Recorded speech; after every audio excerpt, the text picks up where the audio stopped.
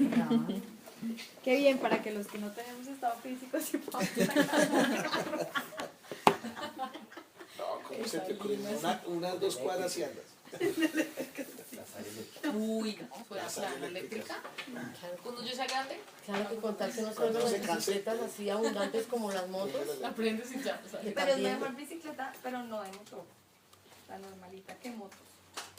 Ah, sí, Claro, sí, sí. Amén, hermanos, gracias al Señor. Amén.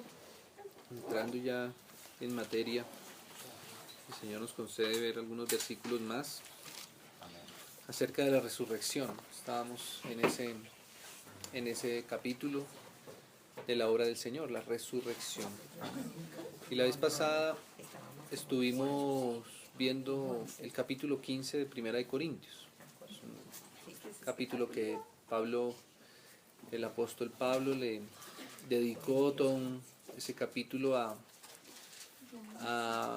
explicar, sobre todo porque casualmente ahí en ese momento y en esa iglesia en Corinto, pues había una confusión también, se habían dicho muchas cosas, que la resurrección no era. Entonces Pablo enseñaba y decía, bueno, si no hay resurrección, entonces vana es nuestra fe, decía Pablo, ¿no?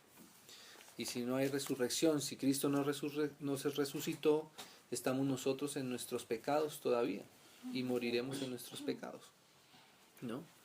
Y eso nos hacía entender cómo entonces la fe, o sea, nuestra fe, descansa en la realidad de la resurrección. Si el Señor Jesús no hubiese resucitado, ¿cierto?, entonces nuestra fe no tendría fundamento, no tendría con qué comprobarse. Sería una fe igual a la que muchas veces se le tiene a cualquier cosa, ¿no? Una fe de hombre. Sí, una fe ficticia, más que una fe sería como una... Creencia. Sí, como una mentira, una sugestión, algo en nuestra mente, como cuando el hombre se aferra a algo tratando de encontrar una esperanza. Un amuleto, exactamente, la mata de sábila detrás de la puerta. La gente igual no ve resultados, pero igual la pone si de pronto, ¿cierto? Y bueno, ya se cierra los ojos y hace un poquito de esfuerzo con sus manos a ver si de pronto esa matica produce algo detrás de la puerta. Pero así no es la fe nuestra fe es una fe real, como dice Hebreos. Dice, la fe es una certeza, ¿cierto?, de lo que se espera, o como dicen en el griego, es el firme fundamento, ¿no? Entonces esa es la resurrección. Entonces la resurrección es la realidad, ¿no?, de la obra del Señor, que la obra del Señor tuvo realmente un fruto. Entonces decíamos que la resurrección es la evidencia de que la muerte del Señor fue una muerte que resolvió el problema de la muerte en el hombre. Y lo resolvió porque Él derramó su sangre que es su vida, que la vida está en su sangre. Ese fue el precio por la muerte, el precio adecuado, propicio por nuestra muerte fue la muerte del Señor Jesús en la cruz del Calvario.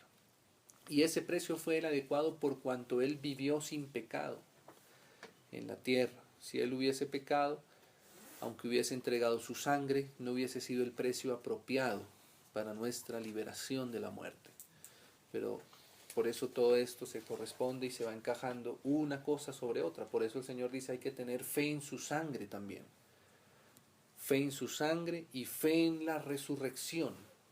Y hay que entenderlo bien, para que no vengan falsas doctrinas, para que no vengan falsas enseñanzas, para que no vengan falsas acusaciones del enemigo, para que no vengan falsas incógnitas de nuestra propia conciencia e intelecto. Amén.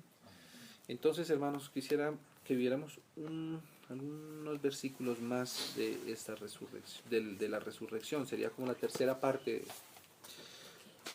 Mira, hermanos, en el capítulo 11 del Evangelio de Juan, ustedes recuerdan ese pasaje que es la muerte de Lázaro. Lázaro murió, todos Ya conocemos todo el contexto. Lázaro primero enfermó y después murió, ¿no? Y el Señor Jesús amaba a Lázaro, dice el contexto de ese pasaje. El Señor Jesús le amaba, ¿no? Y por cuanto le amaba, le dejó morir, ¿no? Qué curioso eso. Que el amor del Señor a veces es tan alto, tan distinto a nuestro amor, ¿cierto? Que a veces no le entendemos, pero Él es así. Él amaba a Lázaro y entonces esperó a que Lázaro muriera, ¿cierto? Y yo pienso que si Lázaro no muere, si el Señor le sana antes de morir, ¿cierto? Algo de Lázaro todavía hubiese quedado vivo, ¿cierto? Algo de Lázaro todavía hubiese quedado esperando en algo natural, ¿sí? Pero como Lázaro murió, ¿cierto? Quiere decir que no tenía absolutamente nada que hacer por él mismo, y esa es la muerte.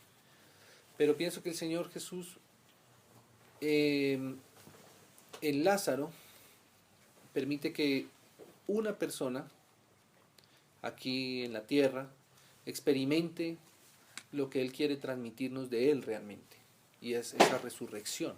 O sea que el Señor Jesús amaba a Lázaro y por eso Él quería que Él resucitase, que Él tuviera la experiencia de lo que es vivir en resurrección, vivir una vida no natural, sino que entendiera que esa vida natural, ¿cierto?, no es mejor, no es más avanzada, no es más profunda, no es más real que la vida espiritual que tenemos en el Señor Jesús, en Cristo. Y esa es la vida que Él quiere que nosotros vivamos ahora. Por cuanto Él resucitó, nosotros ahora tenemos y podemos vivir en resurrección. Amén. Y esa es la realidad que Él quiere traer a nuestra vida.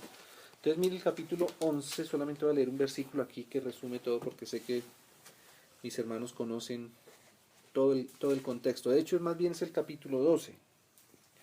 En el capítulo 11 se relata toda la escena de Lázaro y la resurrección. Pero entonces dice el capítulo 12, el versículo 1.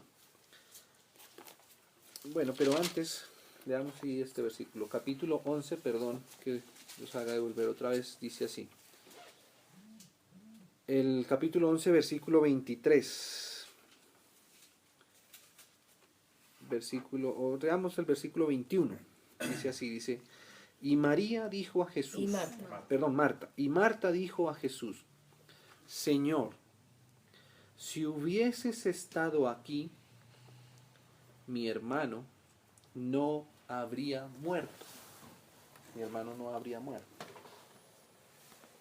Mas también sé ahora que todo lo que pidas a Dios, Dios te lo dará. Fíjese, hermanos, aquí como Marta está clamando al Señor porque su hermano Lázaro viva, ¿no? Pero todavía Marta está poniendo sus ojos en una vida todavía natural. Ella quiere sanar la herida que tiene en su corazón, ¿cierto? Y por eso ella todavía tiene sus ojos puestos, digámoslo así, en la vida que se vive aquí en esta tierra, ¿cierto? Y el Señor va a usar esta escena para llevarnos un poco más a comprender lo que es la vida realmente para Él, ¿cierto? Porque habíamos dicho que la muerte, que es la separación de Dios del hombre, la elección de vivir separadamente de Dios del hombre, le corresponde también un lugar, ¿cierto? Así que, asimismo, la vida no es estar aquí en la tierra. Es así, es la vida biológica, ¿cierto? Es la vida que hoy día percibimos y contemplamos con este cuerpo. Esa es la vida ante nuestros ojos. Pero así como la muerte ante nuestros ojos es distinta a la muerte ante los ojos del Señor, asimismo la vida también es algo distinto a lo que nosotros estamos acostumbrados a percibir en lo natural. La vida es algo más allá de estar aquí en la tierra. La vida es una dependencia continua y total de Dios. La vida es entender que somos de Él y le pertenecemos a Él y estamos por Él y en Él y vivimos es por causa de Él. Estemos aquí o estemos en el cielo, estamos vivos. No porque respiremos y porque nos levantamos y nos ponemos los tenis, ¿cierto? Estamos vivos porque estamos es en Él, porque Cristo es nuestra vida. Y hoy estamos aquí, pero mañana podemos estar en el cielo. Y aún así seguiremos vivos para el Señor. Amén. Esa es la vida realmente, ante los ojos del Señor. Amén. Entonces, ese es el corazón todavía de Marta, porque Marta todavía no ha entendido la resurrección. Y qué triste es vivir solamente pensando que la vida es esta y se acaba la vida, ¿no? Como esa canción que dice, la vida, qué bonita es esta vida. Qué bonita. ¿Cierto? Por eso la gente se aferra tanto a esta vida porque piensan que es la única y hay que vivirla. Desde tiempos. ¿Cierto? Sí, exactamente, como decía Corintios, pero no es eso lo que el Señor Jesús quiere resolver. El que el Señor quiere resolver es un tema de la vida eterna en Él. Amén. Entonces Marta está en esa condición. Entonces versículo 23 dice así: Jesús le dijo, tu hermano resucitará. Marta le dijo, yo sé que resucitará en la resurrección en el día postrero.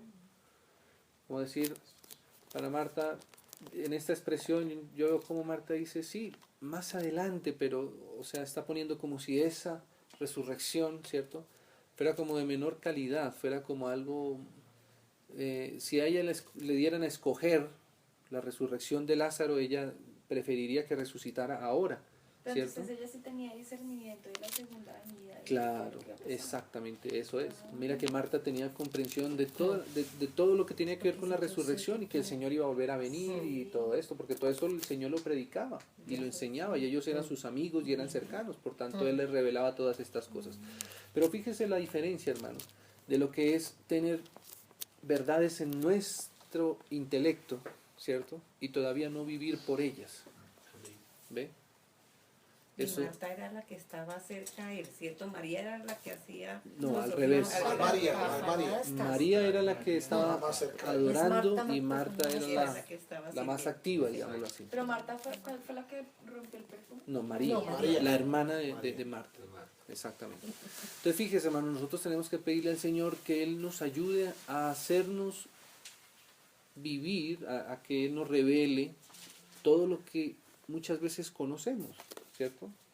Y está bien que conozcamos, pero entonces hay que pedirle al Señor que nos ayude también a que Él vuelva vida lo que sabemos, lo que conocemos de Él. Eso es lo que le pasaba a Marta. Marta sabía, ¿sí? Marta sabía, pero entonces ¿por qué estaba triste? Marta sabía, pero entonces ¿por qué su esperanza no podía descansar en que iba a haber la resurrección y que realmente esta vida era más apreciable que estar aquí en la tierra? Entonces mire lo que dice el Señor Jesús ante la respuesta de Marta. Jesús le dijo, y esta es la parte que Marta no había entendido, yo soy la resurrección y la vida. ¿Ve? La vida no es estar aquí en la tierra, la vida es estar en Cristo. Esa es verdaderamente la vida, ¿no? La vida no era la que Adán usaba para salir a ponerle nombre a los animales cada día, ¿no? La vida era la que estaba en el árbol de la vida escondido, de la cual él no percibió que tenía que comer. Y cuando tuvo hambre de esa vida, de algo espiritual, pues sucumbió ante otro espíritu, de la serpiente, el del enemigo. Amén. Entonces, esa es realmente la vida. La vida es estar en Cristo. Qué tremenda esta revelación. Yo soy la resurrección y la vida. Entonces, esto es lo precioso, hermanos, entender que nuestra vida, nuestra resurrección es el Señor mismo. Y eso es el mayor tesoro, la mayor experiencia, la mayor expectativa nuestra debe ser cada día, no solamente allá en el día postrero. La vida de resurrección tenemos que vivirla hoy y mañana y cada día de nuestra vida. Amén. Vamos a ver qué es esa vida de resurrección.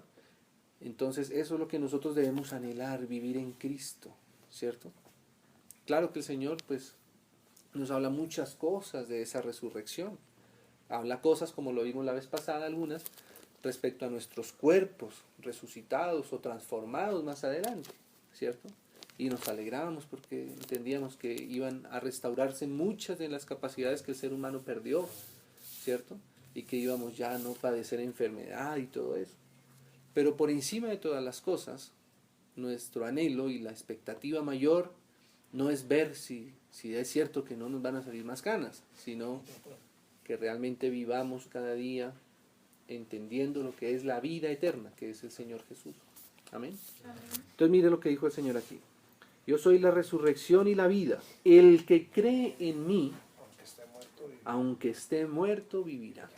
Esa es la realidad, dice. Y todo aquel que vive y cree en mí. Fíjese qué raro. Una cosa es creer en Él y otra cosa es vivir en Él. Porque el Señor Jesús dijo así, dice, el que vive y cree, o el que cree tiene la vida, había dicho primeramente, ¿cierto? Mire, había dicho. Yo soy el que en mí cree, aunque esté muerto, vivirá, ¿cierto? Esa es una cosa, pasar de la muerte a la vida. Pero otra cosa es, dice, y todo aquel que vive y cree en mí. O sea que hay que vivir también en el Señor. Y hay que hacer esa oración. Señor, ayúdame a vivir en mí, en ti. Ayúdame a vivir en ti cada día. Que podamos vivir en ti. En esa vida de resurrección. Dice, aunque esté muerto, vivirá. Y todo aquel que vive y cree en mí no morirá eternamente. A eso era que el Señor quería llevar a que Marta tomara esa posición. Nuestro asunto es la vida eterna. Nuestro asunto es la vida en Cristo. Amén. ¿Crees esto? ¿Crees esto, Marta? ¿Cierto? Esa fue la pregunta del Señor. ¿Crees esto? Entonces Marta le dijo, sí, Señor, yo he creído que tú eres el Cristo, el Hijo de Dios, que has venido al mundo. Bueno, entonces, ahora sí el capítulo 12 de Juan, donde vamos a ver lo de Lázaro. Ahí ya sabemos lo que pasa, el Señor resucita a Lázaro. Capítulo 12 dice así. 6 días antes de la Pascua, vino Jesús a Betania, donde estaba Lázaro, y mire esta anotación, el que había estado muerto, ¿cierto? Y a quien había resucitado de los muertos. Y le hicieron allí una cena. Marta servía. Y Lázaro era uno de los que estaban sentados a la mesa con él. Hermanos, a mí esta escena me habla mucho porque está el Señor sentado a la mesa y Lázaro, que ya ha pasado por la muerte y ha resucitado, está al lado del Señor, ¿cierto? Y Lázaro ahora ve la vida de una manera distinta. Imagínese una persona que ha muerto, que ha experimentado la muerte por 4 días. Él murió, ¿cierto? Ya dije cuando murió. Cuando el Señor fue a resucitar. Y ya ahora había resucitado. ¿No vivirá uno una vida distinta después de haber pasado por una experiencia de esas? Total. ¿Cierto? ¿Qué podría ahora quitarle la paz a Lázaro? Nada. ¿No? Una persona que ha estado muerta y resucitó, hermanos, vive de una manera muy distinta. Ve las cosas de una manera distinta. Y sabe que incluso hasta habla de una manera distinta. La conversación que el Señor podía tener con Lázaro, ¿cierto?, era distinta a la que podía tener con todos los demás que no habían experimentado la muerte y la resurrección que el Señor mismo era, ¿cierto? Lázaro antes, cuando estaba enfermo, ¿cierto?, mandó llamar urgentemente al Señor porque le temía a la muerte. Y toda su familia se angustió. Pero ahora, ¿qué podría haber en el corazón de Lázaro? Está sentado al lado del Señor que le había resucitado. ¿Usted se imagina la paz que produce estar sentado con el Señor al lado, sabiendo que Él le resucitó? ¿Cierto? Ese es el lugar al que hemos sido todos llamados, ¿cierto? Lázaro lo vivió de una manera real, como nosotros hoy día estamos en esa realidad, ¿cierto? Así que cualquier cosa que vinieran a decirle a Lázaro, ya no le iba a perturbar, ¿cierto? ¿Cómo viviría Lázaro sus días de ahí en adelante? ¿Sería que Lázaro iba a volver a pensar? Pero me estoy envejeciendo. Deseando. ¿Será que Porque me miran a mí, no estoy comprendiendo. O sea, ¿Qué tal? No vamos a envejecer. ¿Será que vuelvo a resucitar? No. ¿Qué tal que me muera? ¿Cierto? Lázaro ya no temía a eso. Antes me imagino que deseaba morir. Claro. Pues es que, hermano, sí, es que así es. Porque mientras nosotros no experimentemos la resurrección, ¿cierto? Como leíamos antes, nuestra fe todavía va a estar, ¿cierto? Como, exactamente, como esperando ser afirmada, siendo probada, como dice la palabra, que la fe tiene que ser pasada por el fuego, como se prueba el oro. Y la manera como realmente madura nuestra fe es pasando por resurrección, pasando por la muerte y resucitando en el Señor, cada día, ¿no? Entonces mire lo que le pasa aquí a Lázaro, ¿no? Entonces dice así, dice el versículo 9 del capítulo 2. Pero experimenta la resurrección. ¿Cómo lo tomo? ¿Cómo debería ser, mejor dicho? Renunciar a nosotros mismos, morir a... Es exactamente, es saber que nuestra vida está en el Señor. Que nada ni nadie nos puede quitar la vida. O sea, la realidad de nuestra vida está en Cristo.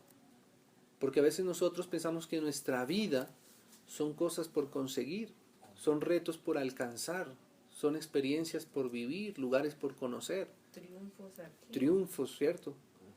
Pero esa es una vida que no es la vida que el Señor nos quiere entregar de verdad, ¿cierto? Esa vida siempre va a estar atada a las circunstancias del momento, ¿sí? Como lo que le pasaba a Lázaro. Probablemente Lázaro, antes de enfermar, ¿cierto? Tendría una vida feliz, una vida confiada, porque se siente vital, porque se siente con energía, porque siente que tiene tiempo, que mañana va a hacer un montón de cosas, ¿cierto? Esa es la vida natural. Y la vida que el Señor quiere darnos es su vida de resurrección, lo que acabamos de leer. Yo soy la vida, ¿cierto? Esa es la resurrección, vivir en Él. Vivir todos los días, no como quien vive aquí en la tierra, sino como quien ha tenido vida eterna. La vida eterna entonces ya trasciende más allá y va directamente a conocer al Señor. Entonces dice el capítulo 12, versículo 9, dice: gran multitud de los judíos supieron entonces que Él estaba allí, o sea, el Señor Jesús, y vinieron no solamente por causa de Jesús, fíjese, sino también para ver a Lázaro, ¿cierto? Qué espectáculo, ¿no? Una persona que ha estado muerta y resucita, ¿cierto? Claro, eso es una vida distinta, hermanos. Yo pienso que debe ser así. Que haber visto en los 4 días. Sí, hermano. Yo pienso que si uno muriera y resucitara, probablemente dejaríamos de hacer muchas cosas que hacemos, nos desenamoraríamos de muchas cosas de las que probablemente no nos hemos dado cuenta que nos tiene, ¿cierto? En un apego muy mayor. Entonces, claro, la gente quería ver a Lázaro, dice, a quien había resucitado de los muertos. Y mire este versículo 10. Pero los principales sacerdotes acordaron dar muerte también a Lázaro. Tan chistoso, ¿no? Es una persona que ha muerto, que le hablen de la muerte, ¿cierto? Es alguien que ya eso no le va a afanar. La muerte, sí, ya estuve por ahí, ¿cierto? Y estoy tranquilo porque yo sé quién tiene las llaves de la vida y de la muerte. Sé quién está en control de todas las cosas. Entonces Lázaro no salió corriendo a esconderse porque de pronto lo iban a matar. No, Lázaro ya tenía experiencia en esto. Y dice el versículo 11, dice, porque a causa de él, o sea de Lázaro, muchos de los judíos se apartaban y creían en Jesús, ¿no? ¿Y qué sería lo que Lázaro les compartía a ellos de Jesús, del Señor Jesús? Que lo resucitó. ¿Qué más podía decirle, no? Muerto y Que la muerte no tiene poder. Exactamente, sí, realmente esa es nuestra vida eterna, ¿cierto? Qué precioso es descansar en la resurrección del Señor. Cuando uno entiende la resurrección del Señor, uno descansa de uno mismo. Entonces Lázaro ya no se preocupaba, ¿cierto? Porque él sabía que aún su vida no dependía de él. Yo sé que mañana puedo morir y igual estoy en Cristo. Como dice Pablo, Para mí el morir es ganancia. Uy, Amén. ¿quién puede decir eso? Eso lo puede decir alguien que conoce lo que es la vida real, lo que es la resurrección del Señor Jesús. Amén. Entonces, hermanos, tenemos unos minuticos más. Entonces, ahora sí vamos a la resurrección como tal, que es lo que nos hace falta para ver un poco esto. Entonces, mire, el capítulo 20 ¿De qué? del Evangelio de Juan, De Juan. también. Leamos el Evangelio de Juan también. Que es la resurrección del Señor. Hermanos, el Señor entonces resucita, ¿cierto? Y entonces ahora Él tiene que enseñarles a sus discípulos, empezarles a enseñar en esos 40 días que Él está antes de ascender a su Padre, ¿cierto? Antes de su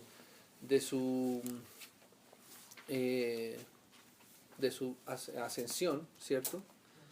Él está aquí 40 días después de resucitar, ¿cierto? Porque Él necesita 40 días estar aquí en la tierra, porque el Señor, como habíamos dicho, para cada obra, para cada parte de su obra, tiene un tiempo que tiene su razón de ser. El Señor murió, pero no resucitó sino hasta el tercer día, ¿cierto? El Señor murió, pero primero padeció. O sea, el Señor no murió, hubiera podido morir de un paro cardíaco, por ejemplo, ¿cierto? Sin necesidad de padecer, pero no, el Señor tenía que padecer. Y tenía que estar en la cruz 9 horas, ¿cierto? Y después tenía que ser sepultado por 3 días. Y después resucitar, pero todavía no ascender de forma definitiva. Tenía que estar 40 días, ¿cierto? Y en esos 40 días, justamente es lo que está enseñándonos y transmitiéndonos, sobre todo a sus discípulos en ese momento, ¿cierto? Es aprender a verlo a Él ahora en esa resurrección, ¿cierto? Si el Señor se va y no deja evidencia de su resurrección, ¿cierto? Pues hubiese quedado un gran interrogante, ¿cierto? Una gran sospecha, pero pues sí, resucitó, pero no sabemos, casi nadie lo vio, pero no, el Señor estuvo 40 días para afirmar en sus discípulos, trasladarlos de esa vida natural, como dice Pablo, dice, aun si a Cristo conocimos según la carne, ¿cierto? Porque ellos lo habían conocido según la carne. Ya no le conocemos más así. Ahora tenemos que saber que el Señor Jesús, ¿cierto? Está en resurrección y que Él es nuestra vida y es nuestra verdad, aunque no sea por vista que ahora lo tengamos. Entonces, la resurrección, capítulo 20 del Evangelio de Juan, y dice así, versículo 19. Entonces, capítulo 20, versículo 1. Dice así, dice, el primer día de la semana, o sea, el día 8, por eso el 8 es el día de la resurrección. El 8 quiere decir resurrección. Sí, el primer día de la semana, María Magdalena fue de mañana, siendo aún oscuro, al sepulcro, y vio quitada la piedra del sepulcro. Entonces corrió y fue a Simón Pedro y al otro discípulo, aquel al que amaba Jesús, y les dijo, se han llevado del sepulcro al Señor, y no sabemos dónde le han puesto. O sea, ella buscaba al Señor todavía naturalmente, de una forma natural. En cuerpo, exactamente. Y salieron Pedro y el otro discípulo y fueron al sepulcro. Corrían los dos juntos, pero el otro discípulo corrió más aprisa que Pedro y llegó primero al sepulcro. Este es el apóstol Juan. Y bajándose a mirar, vio los lienzos puestos allí, pero no entró. O sea que Juan esperó, ¿cierto? Juan No se fue. no, exactamente, no reaccionó, digamos, de una manera tan natural. El versículo 6 dice, luego llegó Simón Pedro tras él y entró en el sepulcro y vio los lienzos puestos allí y el sudario que había estado sobre la cabeza de Jesús, no puestos con los lienzos, sino enrollado en un lugar aparte. O sea, Pedro entró, él sí entró hasta el fondo y ¿Qué es el vivió las sudario? cosas. El sudario, sí, donde estaba envuelto. Ah, ya. Exactamente. Entonces entró también el otro discípulo, o sea, otra vez el apóstol Juan, ¿cierto? Que había venido primero al sepulcro y vio. Este vio en el griego es contempló. No vio solamente de una manera natural. Este es contempló. ¿Ve? Y esta es la realidad, porque dice la realidad, entonces dice y creyó. ¿Se da cuenta dónde se activó la fe del apóstol Juan? Ahí en el sepulcro, viendo que el Señor no estaba ahí en la tumba. Ahí creyó, ahí se dio cuenta. Ahí él entendió muchas cosas, ¿no? Exactamente, ahí es donde el Señor le tocó. Sin haberlo visto, pero dijo, no está aquí. Es decir, la muerte no le pudo retener, ¿cierto? O sea que él era el Hijo de Dios. O sea que él es realmente quien tiene el poder sobre la muerte, el que ha resucitado, ¿cierto? Y entonces creyó. Amén. Por eso nuestros ojos, hermanos, este contempló de Juan, ¿cierto? Ese necesitamos que el Señor nos ayude con su espíritu, ¿cierto? Porque ver una resurrección, ver la resurrección del Señor, eso debería ser para nosotros el motivo de toda nuestra vida. Porque aún, mire lo que decía el versículo 9, esto claro, esto lo escribe Juan mismo, pero después de que ya pasó por esto, o sea, después de que él ya mismo había entendido, por eso él mismo reconoce esto, dice, porque aún, o sea, en ese momento, no habían entendido la Escritura, o sea, la Biblia, que era necesario que Él resucitase de los muertos. Claro, era necesario. Si Él nos resucita, van en nuestra fe. Y volvieron los discípulos a los suyos. Pero María estaba fuera llorando junto al sepulcro. Y mientras lloraba, se inclinó para mirar dentro del sepulcro. Y vio a 2 ángeles con vestiduras blancas que estaban sentados el uno a la cabeza y el otro a los pies, donde el cuerpo de Jesús había sido puesto. Y le dijeron, mujer, ¿por qué lloras? ¿Cierto? Les dijo, porque se han llevado a mi Señor y no sé dónde le han puesto. Cuando había dicho esto, se volvió y vio a Jesús que estaba allí, mas no sabían que era Jesús, o sea, no le reconocían, ¿cierto? No le reconocían en resurrección. Está en un cuerpo glorioso. Sí, o sea, no lo conocían espiritualmente, ¿no? ¿Cierto? Sino, es que yo pienso también que tiene que ver mucho el hecho de que nadie nunca ha visto a un muerto resucitar. O sea, en este caso, el Señor, cuando alguien muere, murió, ¿cierto? No está dentro de ti el que esa persona pueda resucitar. No es algo a lo que el ser humano natural pueda entender, ¿cierto? Inmediatamente no es otra persona, el Señor murió. Es que el Señor murió. O sea, no había espacio en el corazón para la resurrección. Pero habían El Señor visto a murió. Lázaro. Habían visto a Lázaro, pero no habían visto todavía al Señor. Fíjese. Lázaro no resucitó en gloria. Sí, ¿no? Sí. Pero igual, la naturaleza, la vida natural, ¿cierto? No está adaptada para entender la vida de resurrección, la vida sobrenatural. Por eso también tiene que ver eso, ¿cierto? Si tú mueres, pero si tú no entiendes, como le pasó a Juan. Juan no lo vio y creyó. O sea que el Señor no está aquí, ha resucitado. ¿Cierto? Eso fue lo que por eso dice a él que él creyó. Mientras los otros no, los otros se asustaron, se lo robaron. No, resucitó. ¿Sí ves? Entonces, por eso, en lo natural, fíjese, no se tenía la capacidad de entender que era el Señor. Mas no sabían que era Jesús. Jesús le dijo, mujer, ¿por qué lloras? ¿A quién buscas? ¿No? ¿Qué es lo que quieres hallar? Dice, ella, pensando que era el hortelano, fíjese, le dijo, Señor, si tú lo has llevado, dime dónde lo has puesto y yo lo llevaré. Jesús le dijo, María. Volviéndose ella, le dijo, Raboní, ¿qué quiere decir maestro? O sea, ahí le reconoció. Entonces el Señor le dijo, no me toques, porque aún no he subido a mi Padre, porque hay una presentación del Señor primero a su Padre. Mas ve a mis hermanos y dile, subo a mi Padre y a vuestro Padre. La primera vez que el Señor revela esto. Dice, a mi Dios y a vuestro Dios. Fue entonces María Magdalena para dar a los discípulos las nuevas de que habían visto al Señor y que le habían dicho estas cosas. Cuando llegó la noche de aquel mismo día, el primero de la semana, o sea, eso fue en la mañana, ahora esto es en la tarde, estando las puertas cerradas en el lugar donde los discípulos estaban reunidos por miedo a los discípulos, a los judíos, vino Jesús y puesto en medio les dijo, paz a vosotros, ¿no?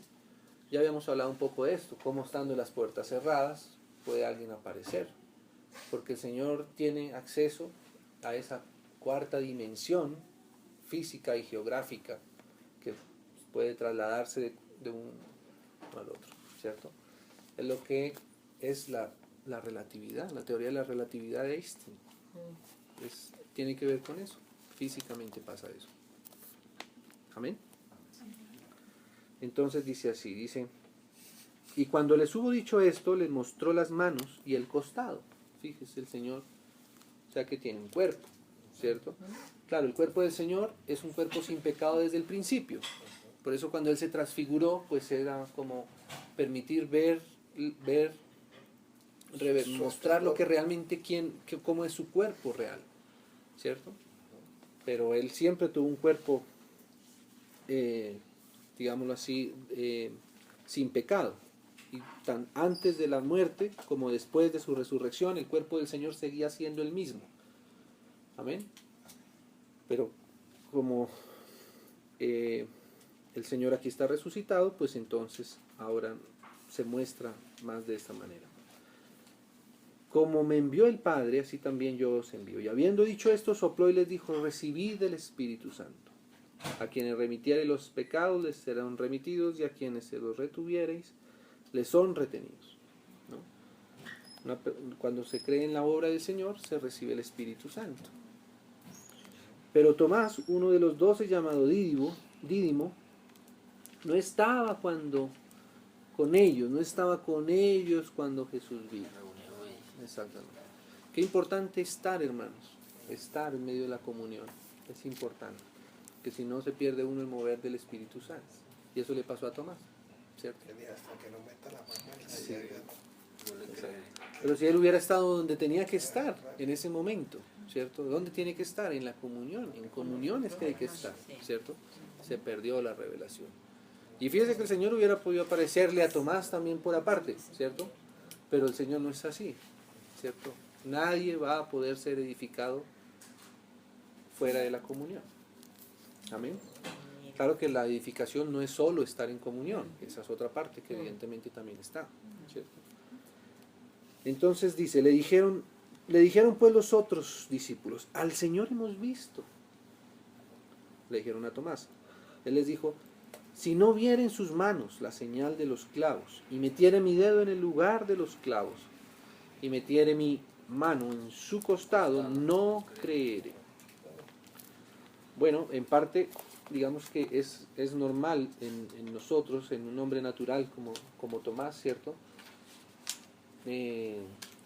No creer en la resurrección hasta tanto esta no haya sido comprobada, ¿cierto? Y es lo que está pidiendo Tomás. En el hombre natural, pues eso es aceptable, ¿cierto? Aquí nuevamente esto nos permite ver que realmente la fe, el asiento de la fe es la resurrección. Hasta que no comprobemos la resurrección, ¿cómo vamos a creer? Eso le pasó a Tomás también, ¿no? Claro que él necesitaba por vista, nosotros ahora tenemos la realidad del Espíritu Santo.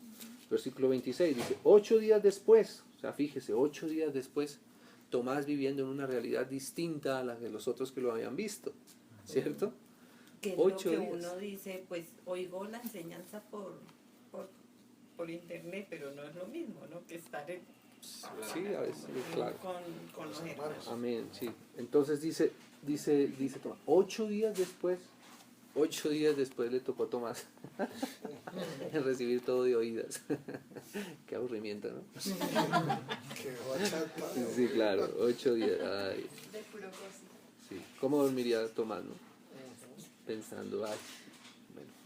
Entonces dice así, llegó Jesús estando las puertas cerradas, otra vez, ¿no? Y se puso en medio y les dijo, paz a vosotros. Luego dijo a Tomás, pon aquí tu dedo. y mira mis manos, y acerca tu mano, y métela en mi costado, y no seas incrédulo, sino creyente, ¿no? O sea, como decir, ahora Tomás tiene ahora en qué poner su fe, ¿cierto? Perdón, te hice una preguntita. O sea que en esto, antes de los 40 días, ya Jesús había subido al Padre. Una vez, Una vez, sí. Porque Sí. ya aquí lo pudo tocar Tomás. sí. Sí, porque, bueno, cuando el Señor Jesús resucita, y la obra que el Señor está haciendo, ¿cierto? Acordémonos que es una obra en la que el centro, ¿cierto? No es en sí mismo el hombre, ¿cierto? Es algo que está en el corazón de Dios, en el corazón de su Padre. Cuando uno lee los versículos, se da uno cuenta que en la Trinidad, ¿cierto? El deseo de que hubiese creación nació del Padre. ¿Ve? El que quiso tener muchos hijos conforme a su Hijo fue el Padre. La Biblia no dice que el Hijo quiso tener muchos padres conforme a su Padre, ¿cierto? Dice que el Padre quiso tener muchos hijos conforme a su Hijo y que quiso que muchos hombres participaran de la relación que él tenía con su Hijo, que es conocer a su Hijo por medio de su Santo Espíritu, ¿cierto? Así que la motivación primera y lo más importante de toda esta obra de Dios es el corazón de Dios mismo, primero, ¿cierto? Antes que nuestra propia salvación, o más bien, nuestra salvación, ¿cierto? Está en el corazón primero de Dios. ¿Sí me entiende? O sea que al primero que hay que presentarle los resultados de la obra es a Dios mismo, ¿cierto? Por eso el Hijo primero tenía que presentarse ante su mismo Padre, ¿cierto? Porque la obra se está haciendo para Dios, no solamente para el hombre, ¿sí? Nosotros podríamos decir, oh, y todo lo que el Señor hizo para nosotros, y sí es cierto, lo hizo para nosotros, pero por encima de para nosotros está el corazón de su Padre, ¿cierto? Y esa es la voluntad que el Hijo está obedeciendo. El Hijo está haciendo toda esta obra para satisfacer el corazón de su Padre. Y por tanto, la presentación de su obra primero es ante su Padre mismo, ¿cierto? Ante su Padre mismo. Entonces por eso él tenía que primero ascender al Padre. Y de hecho, uno se da cuenta aquí que él está en ese ejercicio, porque a veces está y a veces no está, ¿sí ves? Va camino de Emaús, entra y cena con los discípulos, con dos de ellos, y de pronto se fue y ya no está. ¿Ve? De pronto aparece en medio de los discípulos, pero otra vez no está, ¿cierto?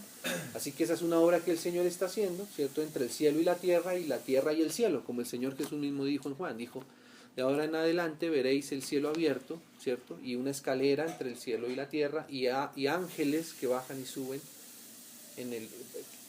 por esa escalera es el Señor Jesús. Él está interconectando otra vez el cielo y la tierra. ¿Se acuerdan cuándo se había roto esa comunión entre el cielo y la tierra? En el jardín del Edén, cuando el hombre fue expulsado y el árbol de la vida fue guardado por querubines. Y ahí el hombre perdió esa dimensión del cielo, y la perdió físicamente.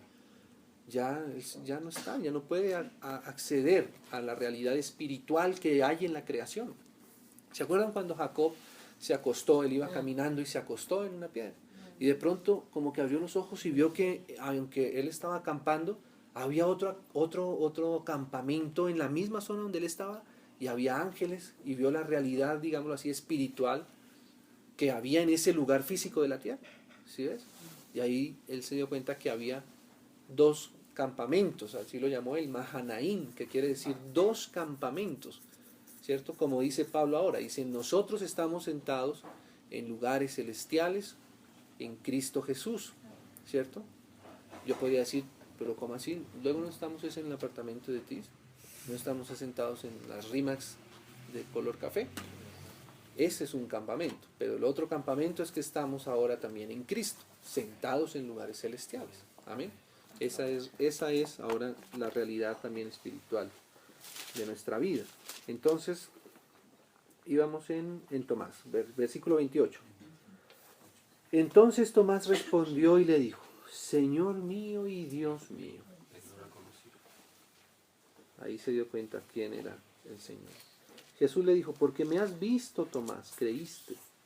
Bienaventurados los que no vieron y creyeron. Amén. Eso somos nosotros ahora, ¿no? Hizo Jesús además muchas otras cosas semejantes, hizo Jesús muchas otras señales en presencia de sus discípulos, las cuales no están escritas en este libro, ¿cierto? Sería imposible escribirlas todas. Dice, pero estas se han escrito ¿para qué? Para que creamos, para que creáis que Jesús es el Cristo, el Hijo de Dios, y para que creyendo tengáis vida en su nombre. Amén. Después de esto, Jesús se manifestó otra vez a sus discípulos, otra vez, miren la resurrección, junto al mar de Tiberías, y se manifestó de esta manera. Miren cómo se manifestó el Señor. El Señor está en ese ejercicio, estos 40 días está haciendo eso. O sea, adiestrando a sus discípulos para que no vivan por la vista, sino que crean, ¿cierto? Que por la fe Él está, ¿cierto? Así Él los está animando, adiestrando. 2 puntos, dice. Estaban juntos Simón Pedro, Tomás, llamado Dídimo, Natanael, el de Canaá de Galilea, los hijos de Zebedeo, y otros 2 de sus discípulos. Simón Pedro les dijo, voy a pescar. Ellos le dijeron, vamos nosotros también contigo. Fueron y entraron en una barca y aquella noche no pescaron nada. El Señor está detrás de esta situación, de esta circunstancia. O sea que cuando no se pesca nada, cuando las cosas como que no dan fruto y todo eso, hay que ver si de pronto el Señor nos quiere llevar a una visión más interior. Cuando ya iba amaneciendo, se presentó Jesús en la playa. Mas los discípulos, mire otra vez, dice, no sabían que era Jesús. Nuevamente lo mismo, ¿cierto? En la carne no le podían ver. Y les dijo, hijitos, ¿tenéis algo de comer? Le respondieron, no. Él les dijo, echad la red a la derecha de la barca y hallaréis. Como es necesario, hermanos, hasta preguntarle al Señor por qué lado echamos la red. ¿Cierto? No. Ellos eran pescadores duros, pescadores de experiencia y todo eso, ¿cierto? Sabía cómo, pero es mejor de todas maneras confiarnos en las manos del Señor, aún antes de salir a trabajar, ¿cierto? Es mejor confiar en el Señor. Ayúdanos, ¿por dónde tengo que echar la red? ¿Por la derecha o por la izquierda? ¿Cierto? Entonces dice así, les dijo, echar la red a la derecha de la barca. Entonces la echaron y ya no la podían sacar por la gran cantidad de peces. Entonces aquel discípulo a quien Jesús amaba dijo a Pedro, es el Señor. ¿Cierto? Juan. Simón Pedro, cuando oyó que era el Señor, se ciñó la ropa porque se había despojado de ella y se echó al mar. Todos estos detalles no están de sobra. Todos estos detalles muestran muchas cosas. Más adelante uno entiende, cuando el Señor Jesús le dice, mira Pedro, cuando usted es joven, ¿cierto? Más adelante le va a decir, usted se ceñía, ibas a donde querías. Y le dijo, te ceñías. Esas palabras están puestas ahí para hacer como ese link, ¿cierto? O sea, como el Señor diciéndole a Pedro, acuérdate cuál fue mi llamada que yo te llamé. Serás pescador de hombres, ¿cierto? Ya no tienes que estar con tus ojos puestos en las truchas ni en los bagres. Ahora tienes una obra espiritual que hacer detrás de eso. No fuimos llamados a esta tierra solo para ser ingenieros o para ser vendedores, ¿cierto? No. ¿Cierto? Exacto. Entonces ahora, como él se había desceñido y se ponía la ropa que él quería y salía, entonces el Señor le dijo así, no te ciñes como tú quieras, ¿cierto? O sea, había esa revelación que el Señor quería mostrarle a Pedro. Se ciñó y se echó al mar. Y los otros discípulos vinieron con la barca arrastrando la red de peces, pues no distaban de tierra, sino como 200 codos. Al descender a tierra vieron brasas puestas y un pez encima de ellas y pan. El Señor se puso a hacerles el asado él mismo. Jesús les dijo, sí, es bonito del Señor, ¿no? Dice, traed de los peces que acabáis de pescar. Subió Simón Pedro y sacó la red a tierra, llena de grandes peces, 153, hasta los contaron ahí. Y aún siendo tantos, la red no se rompió. Jesús les dijo, venid, comed. Y mire esto, ¿no? Dice, y ninguno de los discípulos se atrevía a preguntarle. O sea, habían hecho todas estas cosas, ¿cierto? Pero por eso, mira, dice, y ninguno se atrevía a preguntarle, ¿tú quién eres? Pero mire, sabiendo que era el Señor. Hermanos, esa es la manera como nosotros vamos creciendo espiritualmente. ¿Tú no te has dado cuenta que hay veces, hermanos, que dicen a uno con ese grado de certeza, el Señor me dijo, el Espíritu me mostró, y uno queda como, El Señor me habló. nunca me muestra nada, nunca me dice nada. Pero ¿cómo le digo? ¿Cómo es que le dice? ¿Cómo es que le dice? ¿Cómo ¿Cierto? dice? Le dijo en voz audible. Y uno dice, Y de pronto, ¿audible? exacto, y de pronto empieza así por pequeñas cosas, ¿cierto? Empieza uno a aprender, ¿Cómo saben? ay, tuve un sueño, pero no sé si sería el Señor. Pero el sueño era bonito por esto y por esto y por esto, ¿cierto? Entonces el Señor nos va dando cada vez más discernimiento si nos ponemos en Él, o sea, si le queremos percibir y estamos atentos a Él, entonces él va empezando a ser cada vez más claro ante nuestros ojos y ante nuestros sentidos, ¿cierto? Por eso los discípulos, y eso está como raro, ¿cierto? Ese pez tan rico, ¿a quién se le va a ocurrir? Pez con pan.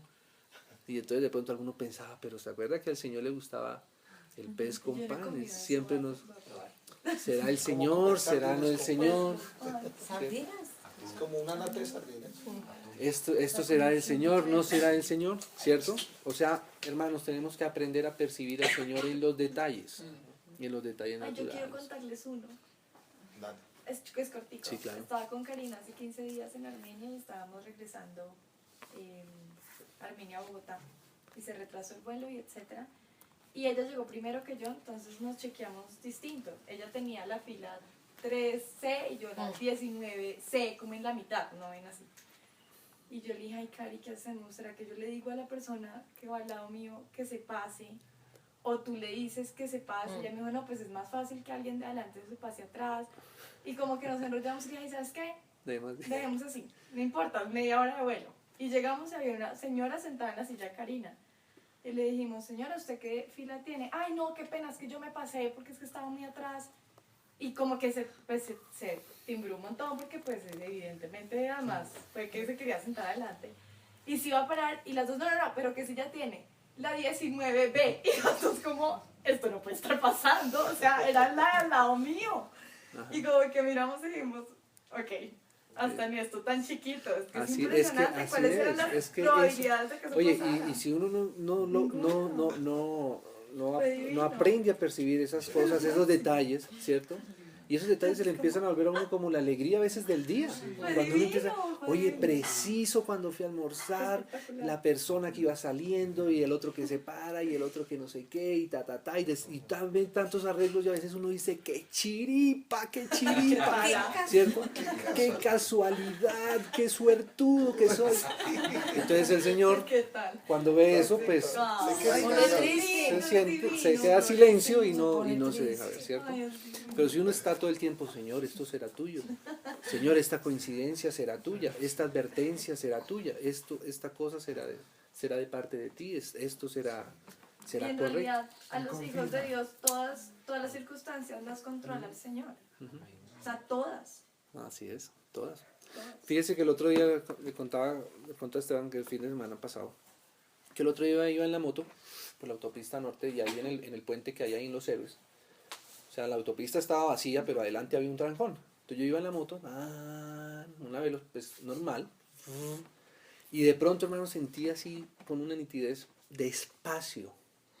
Y yo abrí mis ojos bien, me quité la visera de la que es como oscura, que me la quité y despacio. Yo miraba por los espejos, que tú sientes como que alguien te está, o sea, es que fue así. Te está frenando. Despacio. Entonces me fui supremamente despacio. Normalmente cuando yo veo esos trancones así, y como la autopista norte tiene una berma grande, anchísima, pues uno puede irse por ahí, por ese espaciecito y uno se va rápido y pues se ahorra el trancón, ¿cierto? Pero aquí fue despacio. Cuando me di cuenta, la camioneta que estaba adentro, fíjese que no son coincidencias, son arreglos que el Señor hace. Eche la red por el otro lado, ¿cierto? El pez, todo eso. Entonces yo fui despacio. La camioneta que había ahí era una camioneta igual a la que nosotros tenemos ahí en la finca. Entonces me llamó la atención la camioneta.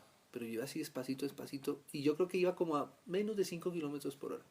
Cuando me di cuenta, como estaba atento a esa camioneta que era igual a la nuestra, cuando me di cuenta, había una varilla como de por lo menos unos 2 metros o más sobresaliendo del platón de de la camioneta, saliendo, y no tenía ninguna señalización ni nada. Entonces cuando yo me di cuenta tenía la varilla como acá. Y cuando hice así, me di cuenta la varilla tenía como 1 metro más todavía allá. O sea que si no paro, si no freno, si me voy rápido, me puedo hasta enterrar esa varilla y hasta matarme ahí. ¿Ven? Son cosas que hace el Señor. Como la vida. ¿No le dijiste algo a la camioneta? Pues sí sentí decirles, ¿sabes que sí sentí? Cuando ya me di cuenta yo, me asusté y todo yo, pero al mismo caí en cuenta yo, claro, el Señor me avisó de que Estaba fuera ocupado hablando con el Señor y no le alcanzó a Así decir es. al Señor de la A camioneta. veces el Señor hace cosas como esa, a veces uno va en un viaje, se pincha y uno dice, Y se ay, Sí, y el Señor que sabe que Eso no famoso ese pinche. de malas, Sí, ¿cierto?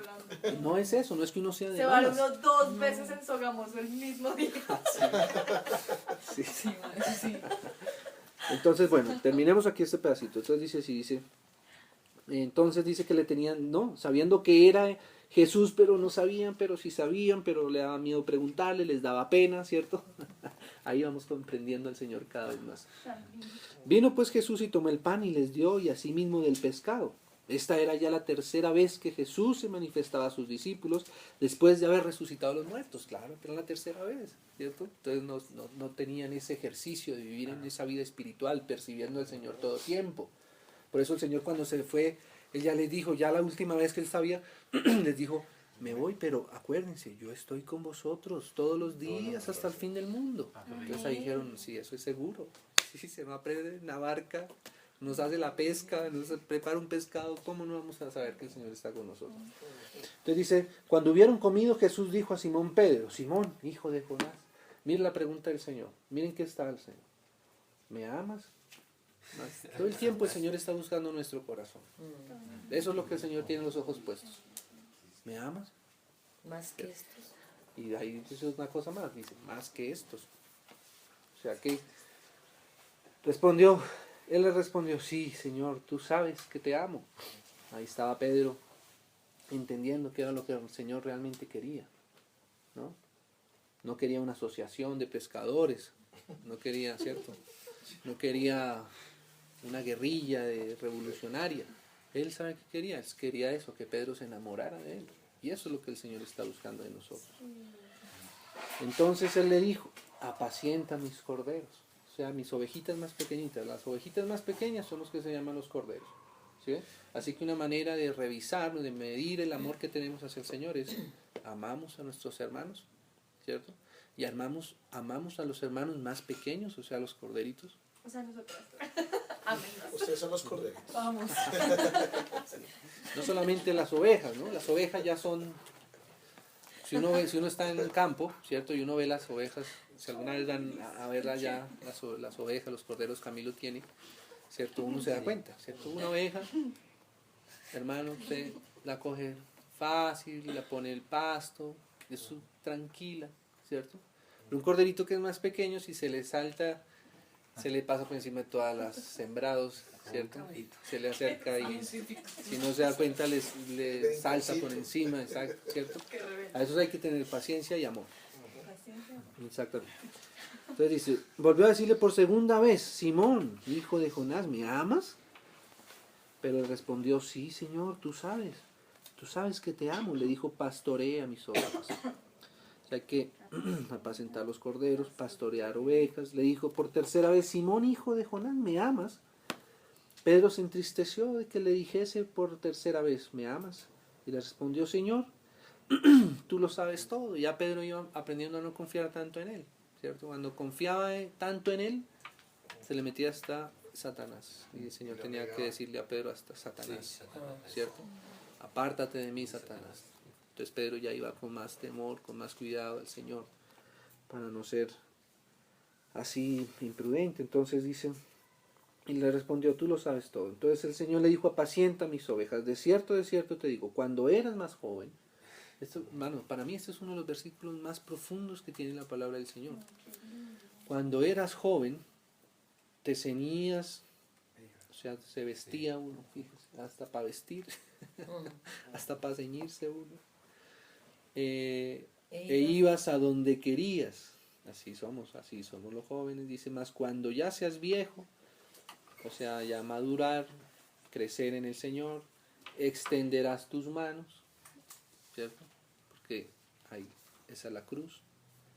Y te ceñirá a otro y te llevará a donde no quieras. Esa es Amén. la formación del carácter del Señor en nosotros. A la cruz. Exactamente. Y aquí lo dice, esto dijo dando a entender con qué muerte había de glorificar a Dios, porque Pedro también murió crucificado. Solo que cuando lo estaban crucificando, él mismo dijo, yo no soy digno de morir como el Señor, a mí crucifíquenme cabeza abajo, y por eso lo crucificaron cabeza abajo.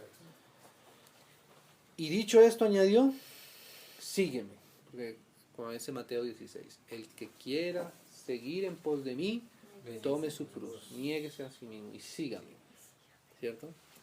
Y eso es. Volviéndose Pedro, vio que le seguía al discípulo a quien amaba Jesús, el mismo que en la cena se había recostado al lado de él y le había dicho, Señor, ¿quién es el que te ha de entregar? Cuando Pedro le vio, dijo a Jesús, Señor, ¿y qué de este? Jesús le dijo, si quiero que él quede hasta que yo venga, ¿qué a ti? Sígueme tú. ¿Cierto? Esa es nuestra intención, sí, seguirlo a él. Este dicho se extendió entonces entre los hermanos, que aquel discípulo no moriría, que es el apóstol Juan.